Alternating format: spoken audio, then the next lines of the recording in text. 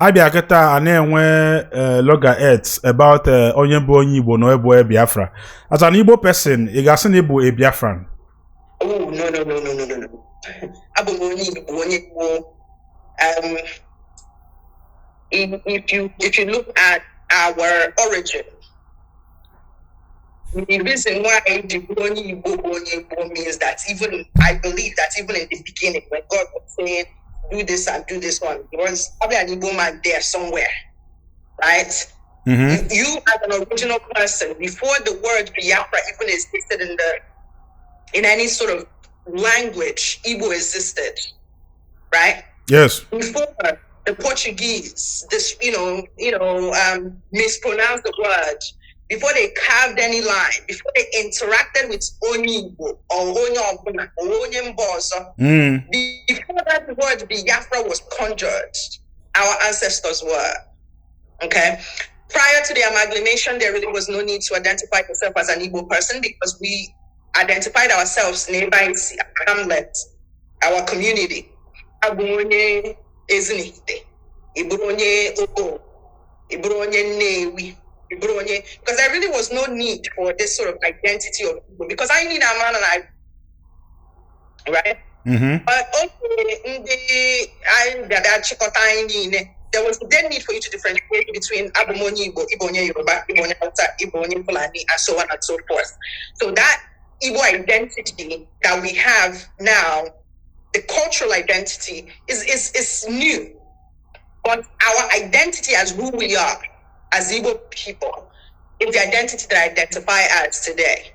Now, when down between 1967 and 1970, it is possible that they can claim to be Biafrans. But somebody's telling me I'm a born, there's no such thing as being a born Biafran. It is an emotional reaction to a word. But I Bundi Igbo. And when we started forgetting that we were Igbo people, I started arguing semantics.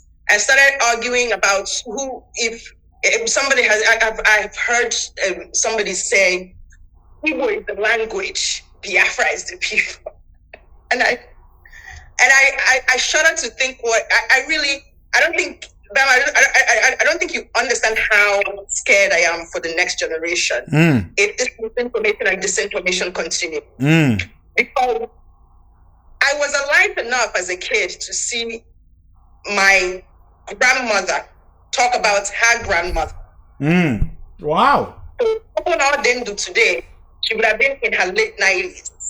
Wow. So imagine somebody who tells you about, and then we'll get Biafra about and everything. Then, when they saw the when Benny Dibiaga Baragafa, and Dibia my honey, and I Baragafa,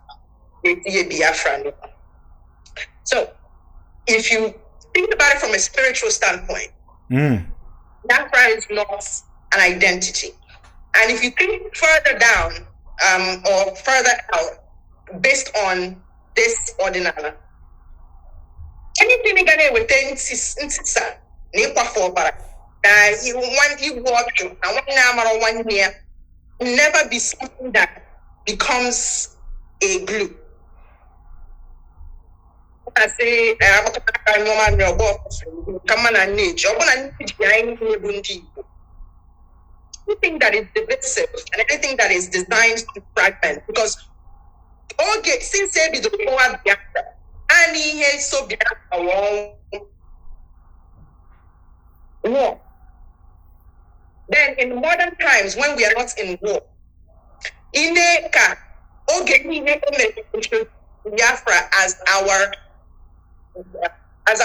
identifier. Every person needs to sit down and have that conversation and say, Biafra with Terelani. Okay, no, I mean, every Christmas now, I say, it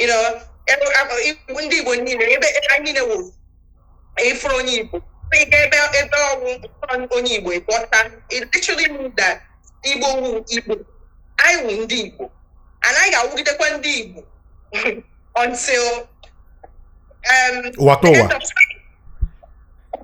the end of time.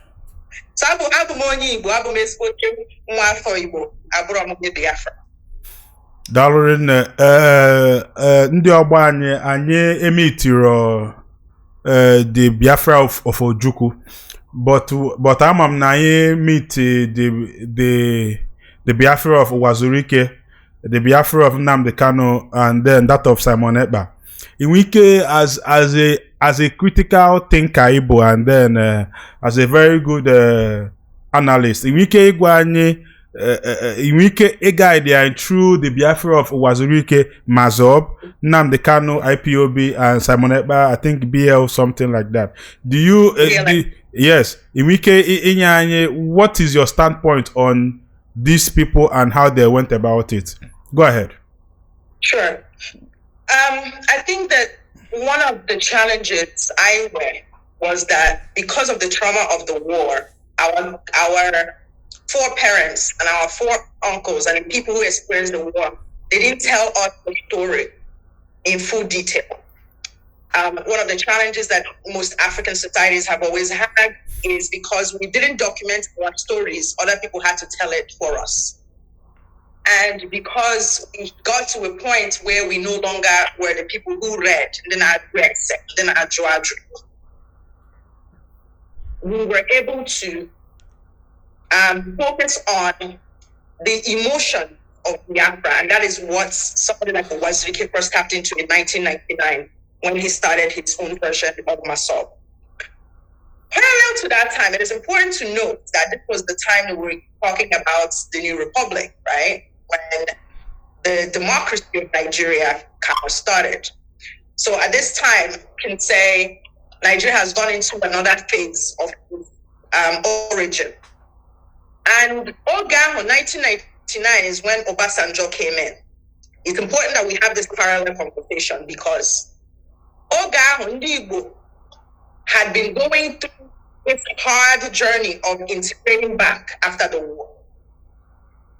Right from 1970. Yes. And Chota is jail back into because all the time if you have a divorce, like your wife or your husband comes back, there's an integration time. So as we were integrating, 1999 comes, we have this new democracy, and we are seeing appointments now, left and right on the Igbo. It was emotions. We must restore. And Ogwete Masob. And at the time, that's Ndigo and an opportunity to say, okay, integration that we are trying to do on our work or on our work, we have not had time to sit and have that conversation amongst ourselves. Wazirike Bido Masob. Between 1999 and 2006, there is not one good thing that any Igbo person is doing that time. Okay? Because I needed that time. So yes. We didn't move it in real time. I was already in America, right? So, but I would read newspapers. And one of the challenges there, not newspapers, but like when you hear your uncles talk about what is going on in Nigeria, one of the things that made Masob not be as destructive was because the internet wasn't what it is today then. So we were able to look at those as in the world when for freedom. But that time, nobody was saying they were Masob or they were Biafra. People could make the distinction they were Igbo because Igbo people can look politically and see representations of them in the government. Meanwhile, one night, people say one night, in Nigeria, in this thing where you are seeing representations of you in the government and seeing a way in and a way out. But you're doing succession at the one end. So at the time you're talking about succeeding, one nanny was not one nanny. You're on a then you're not a have fake passport. I may be work on the Nigeria. Kendi on a Qatarego for plate numbers and all of those things in the Igbo. And my child and the how I gank again. our elders, especially those people who come now and try to advise us, again, did not document this, did not do a full autopsy of this era. To be able to go and say, Yes. fast forward to Radio Biafra. When Radio Biafra started, it tried to tap into a lot of the people in the diaspora. Because there's a difference between Ijubun before the difference. And now that I'm talking to you, I realize what a lot of the difference sums to. There's a nostalgia that Igbo people in Nigeria have that is different from the nostalgia that Ndinona Obodo have, especially even when we were seeing diaspora. Yes. I don't know what Ndinona we see now. I'm talking about people who are in the diaspora, so the US and the UK and all of that. Yes. That nostalgia is frozen in time. So if you, how you know that is how they based on how frozen they are in the nostalgia. So India Igbo ma oge ma sobume, they were counting that as Biafra succession. Be since from Nigeria or Nigeria, most of the language around that time was Igbo need to be free. It was Masop the group, and they are fighting for whatever they are fighting for. We could make the differentiation between. But the difference between the people in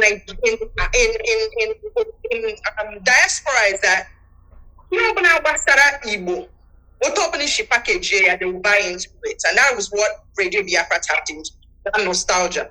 Yes. That's that they were basically just reading the news about what's happening in the Southeast. Talking about projects and talking about building memorial for Ndi Umonaga. Those are the things that Ndi Igbo and diaspora already relate to, because I give you pay a borehole or something, or clinic. So getting money from a diaspora to do a project that will help Ndi Igbo more, symbolizing was very easy. And Radio Biafra tapped into that part of the nostalgia. The nostalgia was not informed by Masop.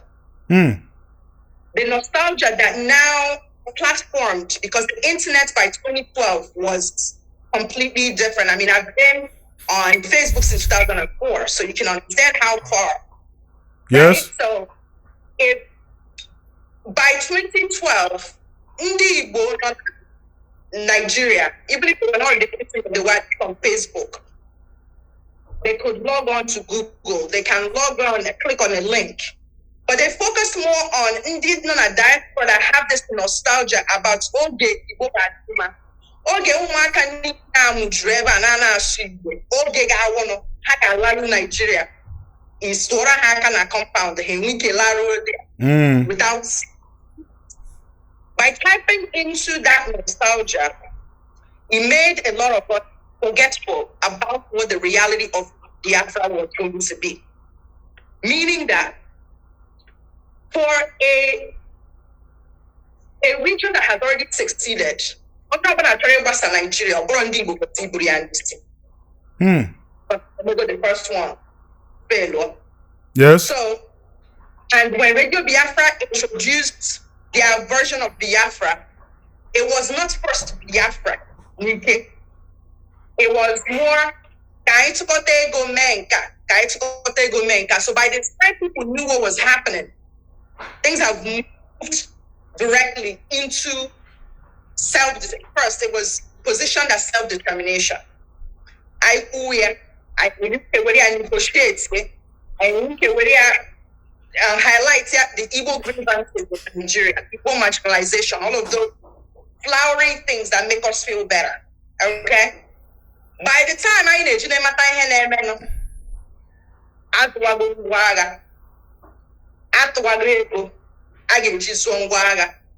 Radio Biafra was no longer now a radio station. In an interview, it is now a movement, an organization, not as an LLC, but still an organization never. And what was this movement asking for? it was asking to secede from Nigeria. It had an attempt to go. By the time ndị Igbo na-amana ihe na-enu, akọkọwa ihe niile gbasara Igbo na-egbubisi ya. It was very, very strategic because media is the easiest way to brainwash people. And when you can brainwash people is when most Igbo people are not going to hear what it means to be Igbo. When the Pentecostal churches in Nigeria, how with the Igbo, but how with the Igbo? Oh, then I want to EDC as a Igbo person, or in young Kalari was seen as such a fetish thing. So they tap into the group of Igbo that may change that in a hands not to boutique. And now we are going to succeed. And now this new country and everything that is we have against our tradition, Igbo. Our tradition of being egalitarian or chichi and one democracy more. That's why we have Umuna. Now this DC that we are in, if you know how many organizations in just one village. Because our children, ndị ka mewe nke ha si na ọghọwa ọgụ nke ọchịchị onye now we must listen to one person. People don't take demagoguery. Igbo, wait, listen. So all of those things that made us Igbo, that would have bind us together for us to remember, started breaking it down after the other. Next was belief systems. Igbo people, unfortunately, Bundi Buru, we were not doing we were doing Oka Mut, and where the Oka seen upside down. Indeed, when I like education was one of the things that, as an Igbo person, whether you're poor, rich, middle class, upper class, any class, working class, education was the binding factor that you will use to excel. Yes. As soon as Amanga or exam on one day. These things I'm trying to fast forward so we can see that if I go back, that has eroded in our collective consciousness as Igbo people because of the mention of Biafra, the coming of Masob, the coming of Radio Biafra, the coming of IPOB, and all of their iterations and all of their factions. You realize that Biafra in this context is a reaction. It is not the root problem. Because none of those organizations like Masob and IPOB and Radio Biafra have been able to platform any of those Igbo grievances in a way that it will turn into negotiating power. What they have done is diminish our integration into politics. What they have done is also disrupt our political viability. Own a land, secure your future. Invest with Pine Leaf Estate and Properties Limited for your peace of mind.